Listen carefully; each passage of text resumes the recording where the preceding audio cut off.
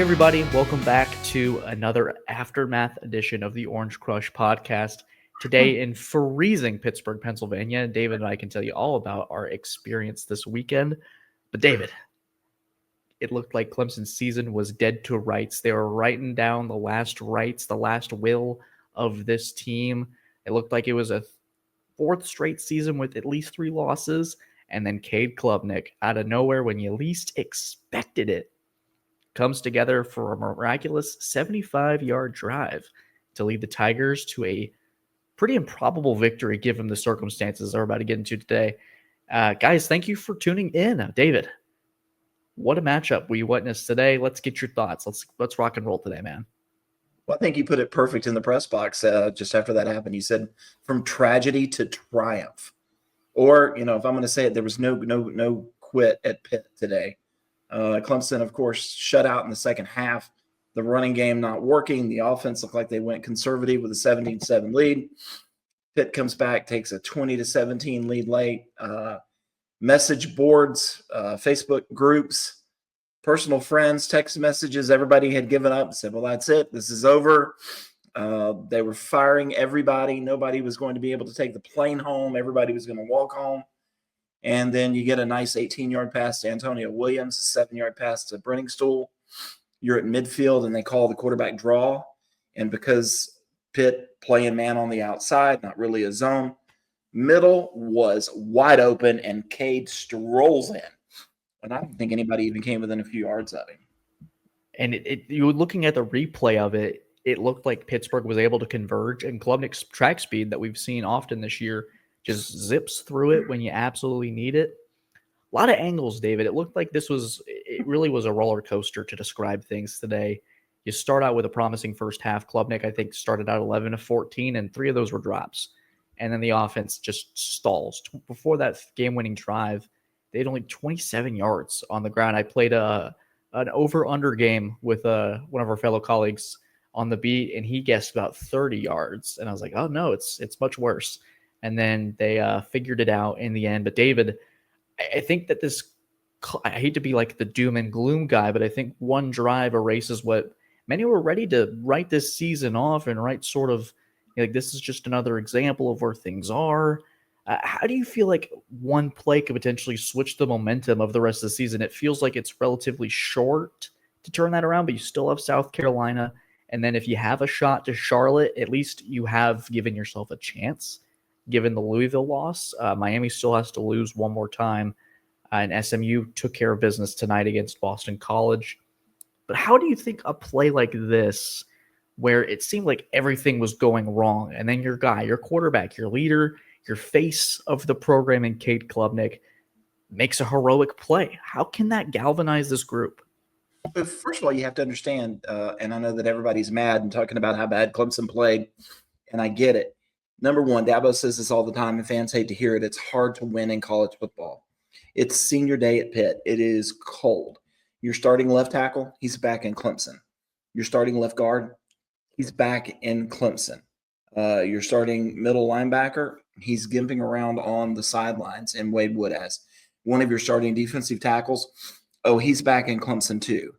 Your starting safety, Mickens, who has been maybe the most valuable player on that defense at times, he goes out in the second half.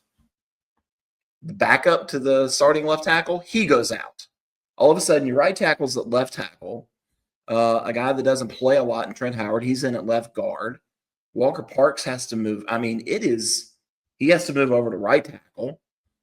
Harris Sewell's moving in there somewhere. I think he went to right guard. And you have all these injuries, and you're like, can we just somehow get out of here with a win? And they do. And what it does, it saves the season. You're right. It does. And, as much as Cade gets the credit for that, I go back and I look at it and look at the freshman wide receiver, TJ Moore. Delivers a great block on that run. Got your offensive line blocking. They opened it up, and you go, you know what? You survive and you advance. That's the name of the game. Because there's a lot of teams that are going to lose today that don't have the injury issues that Clemson has, and they're not going to go home with a win. And so Clemson gets, I don't want to call it a reprieve because college football is hard, but Clemson has the Citadel next week. And maybe you rest up some of these guys. Maybe some of them you get back and you get them, it's some game action, and then you get ready for South Carolina because, who knows what that's going to be. South Carolina, I think, is going to wind up beating Missouri. So this could be, two teams in the top 15 or 17 in the, college football playoff rankings. So you just survive, you advance, and you get ready. And thanks to Cade and TJ Moore and that offensive line, you get out with a win. And another player that's got a first name of TJ, TJ Parker, had quite the day for the Clemson defense. Oh my goodness, David.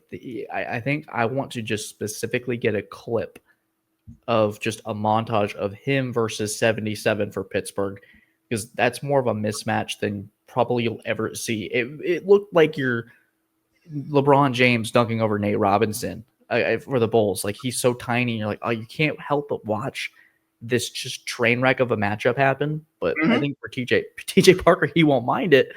This Clemson defense, I think for all the noise surrounding them in early November against Louisville, and rightfully so, after that performance, they've really stuck their feet in the dirt and put together two impressive performances, one in Blacksburg and now one in Pittsburgh, where your offense begins to fall apart and you rally around it, you find a way. And I think for Wes Goodwin, that's going to be something that he's going to be able to hang his hat on. And I think you mentioned something that we should probably address, as well as they faced a lot of adversity from the officiating as well. I know you've got a story ready to go on TigerNet. I'd love to sort of get your thoughts, but from everybody that I've spoken with, they have not been very pleased on either side with the crew at the ACC for this one. David, what happened with that? Well, first of all, let me go back really quick on TJ Parker and the 4 sacks. Clemson moved Peter Woods inside more today. So he was on the interior a lot of times with Peyton Page, with Stefan Green. And that's because Jaheim Lawson is playing really well. So they were able to keep Jaheim and Parker at defensive end and move Peter inside. And I think that made a lot of difference. But the officiating crew, there's a story that I think has just published on TigerNet where Dabo's like, I have no idea what went on. And the play that we're talking about is late in the game, 4 minutes something left or 3:52 left.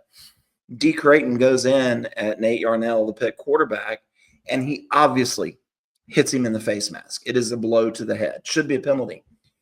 But you're not allowed to review that unless there was a flag on the play. So that's not something that was buzzed down from the review booth. And the officials, it looked like Pat Narduzzi comes out, the Pitt coach, comes out, starts screaming at him. He keeps pointing at the video board, and it looks like they watched a video on the video board. And just before the ball snapped, they throw a flag and get Clemson for 15. And Dabo was incredulous. He goes, I just don't know that I've really seen anything quite like that. It's like the Texas game. Yeah. Nobody threw any bottles. That was probably the good thing. But it just has been that kind of season for ACC officials. Yeah, it was interesting. And on the game, I think combined penalty-wise, there were 19 flags thrown and about 157 yards of penalty yardage. So there was a lot of laundry that was being aired out onto the field to the despair of many fans in attendance today. Something you mentioned, a name that I'd love to quickly jump on, was D. Creighton coming in today for the ejection of Sammy Brown with the targeting penalty. Comes in, I believe, 7 tackles. You and I mentioned this earlier.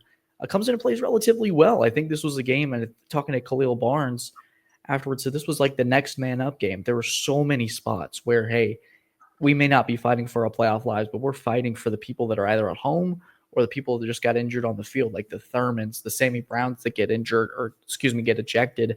So there was just a lot of coming together for this unit. We haven't seen D. Creighton much, especially not in that situation where the moment is going to call for him to play some pretty solid football to pull this off. And for the most part, I thought he did. We haven't really seen him too much other than reports at camp, David, or in relief action earlier in the year. So it's good to see that this steady group of youngsters is beginning to develop. So D. Creighton's someone, if we're doing like a stock up, stock down at some point, he'd be stock up in my book. Well, Pitt went at him there on that last touchdown that they had. They went with him at him with the tight end, and they went at him 3 straight plays, and they got a touchdown out of it. But that's a kid who hasn't played a whole lot. And, we were talking about on the way home, what happens if D goes out? Who plays linebacker? It might have been Tyler Venables. I don't know. But I was struck by something. You were sitting in the interviews with me, not this past week, but week before last, and they brought Tyler Venables in. And it was interesting because Tyler had not played the week before. He didn't see the field. And we asked him, how do you stay ready? And he sounded a lot like his dad. And he was saying, you always have to be ready because you're one play away from going in or being a starter. And I have to prepare that way. I don't know any other way to do it. So he didn't play. And then today, Mickens goes out, and look, there's 24 out there running around, having a ball, and playing really well. I have to give hats off to him too. But Clemson at times, Ricardo Jones was out there at safety. Khalil Barnes, another young player. Ashton Hampton out there at cornerback running around. They had a lot of young kids on the field, and they're getting better.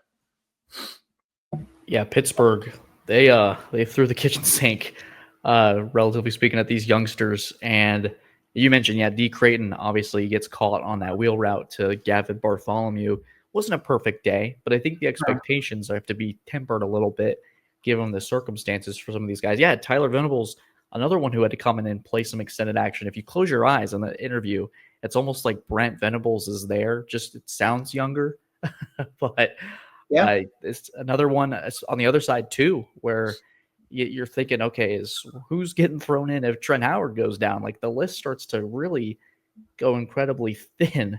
And so I think the Citadel week has come at a valuable time where this game's probably going to be over by the probably after a couple drives is going to be evident. Yeah, Clemson's got this one today.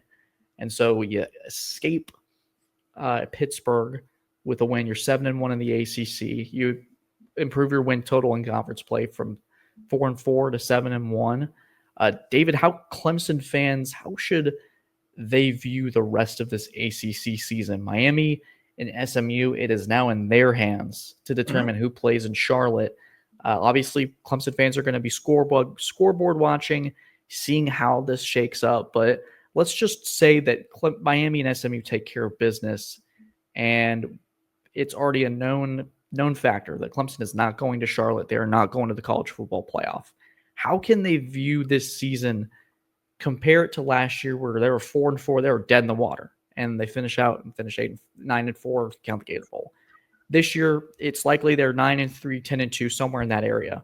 When you're looking at it, obviously it's an improvement, but there's a caveat to that. How do we view this 2024 season? Let's just say Charlotte's not a factor. Well, it's a 7-1 ACC record. You lose to Georgia at the beginning of the year, which everybody kind of expected. That Louisville loss is the one that stings. And, you would realize you had to go 8-0 to make the ACC championship game with the tiebreakers and the scheduling, quirks the way that they are.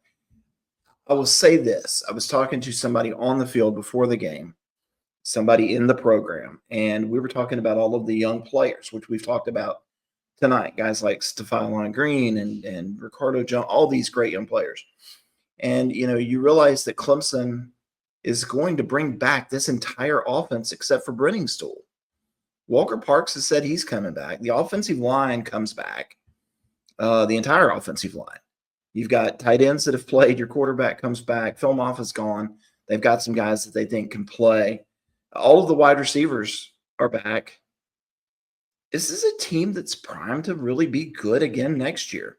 And I think you just have to say, you know what, that one Louisville loss got us, and that's it. But I will say this. I'm not going to look that far ahead. I'm going to play a coach for you.